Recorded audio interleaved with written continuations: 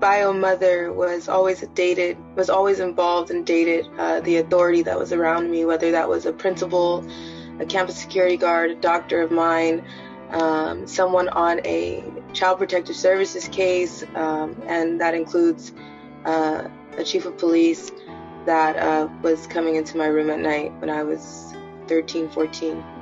How young were you when this started? CPS reports say that I was 3 months old.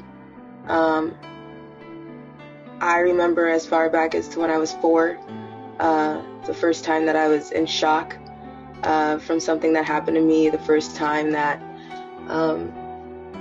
it was just too much for me to handle. And at that time, I didn't know, it was so much that was already in the family, and I was always told, what happens in the family stays in the family. We were always taken away from certain people if we talked too much. So there were so many things going on within the home, from her and other people in the family doing so many things, besides doing things to their own children. So it was something that I always felt there's something wrong, but I was always told it was normal what was going on. But yeah, I was about 4 years old the first time I was assaulted. I was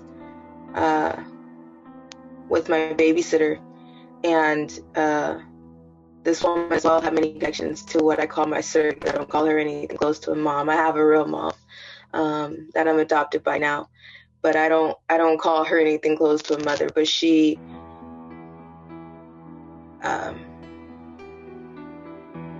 was involved in many ways. I was with a babysitter that kept trying to take me into a room, that kept trying to get me to lay down with her boyfriend.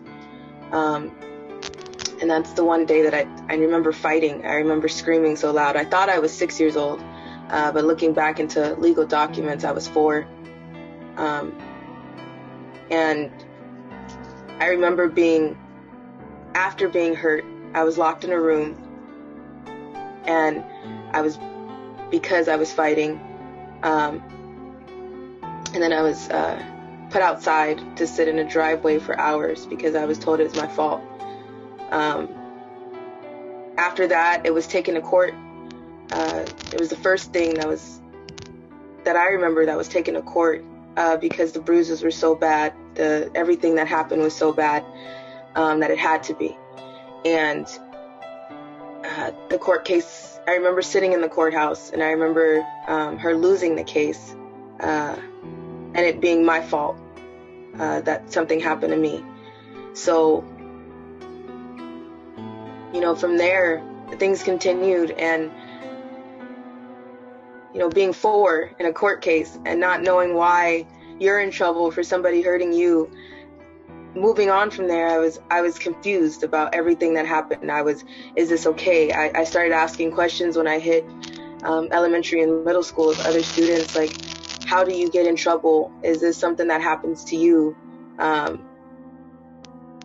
Because it was always something that happened to me. I was always told I was the favorite. I was told I was the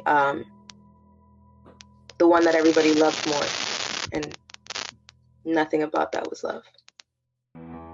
Going on, I was so much that I was working in clubs by 12 years old. I was very confused, but to be honest, because I didn't know any better, I was very hyper as well. And by 13, when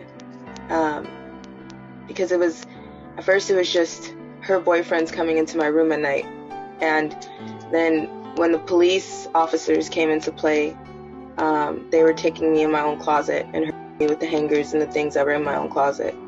And then, I started running a lot. I started fighting a lot. I wanted to kill myself. I didn't want to kill myself.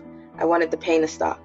So I just I tried everything because it was always my fault. It was always something that I did. It was always, they loved me more, and this was something that I deserved. And after I started running so much with her dating police officers, married police officers, he started calling his friends to pick me up. He started calling his friends to meet me somewhere. They would pick me up as an officer on duty, and they would take me somewhere behind rocks. They would take me to empty car dealerships and park their cars the wrong way. No one questions them. No one, anywhere, everybody can say, no one questions the police. If you see them sitting the wrong way, if you see them doing something and you see them with somebody, you automatically assume that they did something wrong and that the police are going to fix it and that they're there to serve and protect. And that's not always the case. I know that there are some good officers, but they're very few and far in between. And there's another side of the badge, and it's called the Freeman Brotherhood Police, the Freeman Cops. And they do a lot of corrupt things. They bury a lot of things. They bury a lot of evidence. They do things and they get away with it. And covering up for elite to low level. Everybody looks at the top, but covering all the way from the top to the bottom and in the middle, they cover for these people. They make sure that nobody asks any questions. They make sure that this is something that is silenced. It's made to look like it's someone else's fault. And after so many times of fighting them, being arrested and put into cars to be used, they would bring other girls, they would bring other kids. And I never met anybody else when it came to them. It was just they were bringing other kids.